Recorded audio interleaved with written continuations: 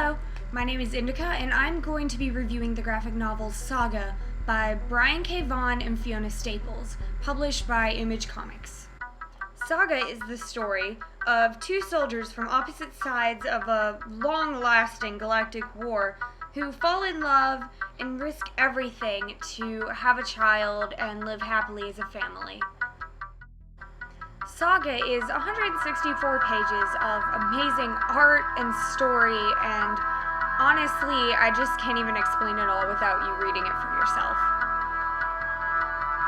Even though this is only volume 1, it still has the full 3 acts that you'll see in any story.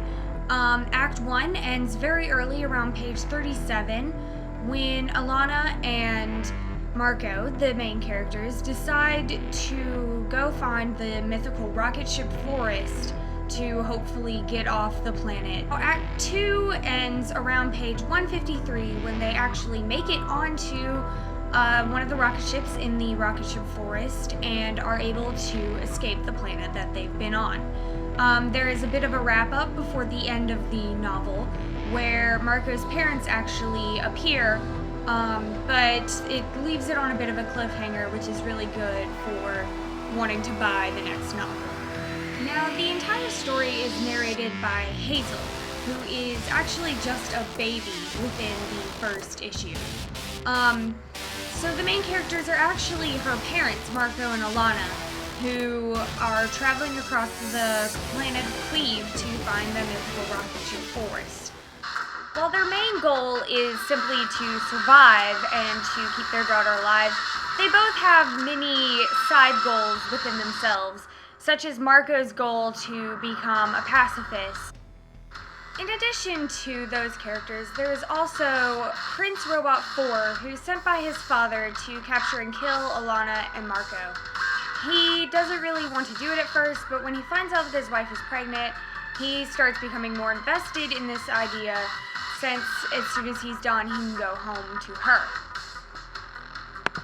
There's also the Will and Lion Cat, who are freelancers that are hired to kill Marco and Alana and to take Hazel into custody. He isn't really invested in it until his girlfriend is killed while trying to apprehend them, and he discovers a 6-year-old slave girl in a brothel and wants to save her to give himself some peace of mind. None of the characters have really gone through a full character arc yet. It's too early on in the story for that to really happen. But you can kind of see the beginnings of certain character arcs for certain characters, so you just have to read on to find out how those end up.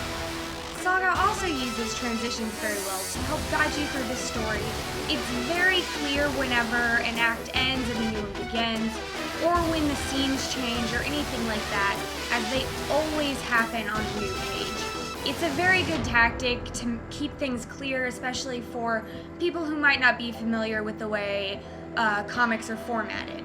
They also make a very effective use of the page as a mini-comic idea, as at the beginning of every page in the first panel, they usually set something up that is resolved by the next even page.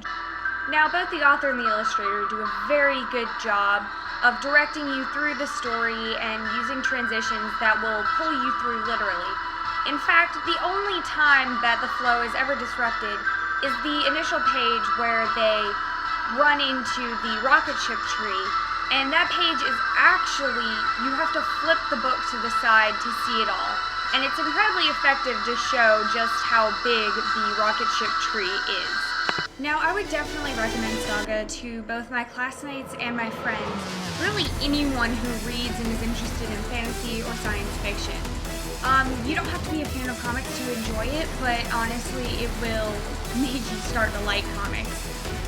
The book was actually written specifically for the comic format, and Brian K. Vaughan has stated on multiple occasions that he will never allow it to be adapted to any other format because this is the way he wants to tell the story, and it's the only way he thinks it should be told. Last but not least, my favorite thing about this story is how Hazel's narrations are added in. In a lot of comics, they just use the boxes, the white boxes or yellow boxes on occasion. But in this, her narration is actually written into the illustration, into the background of the story. and it just feels really organic and real, and it really draws you into the story rather than taking you out of it and thinking, oh right, I'm reading a comic. That's it for my review of Saga. I hope you enjoyed watching it, and I look forward to talking to you guys later.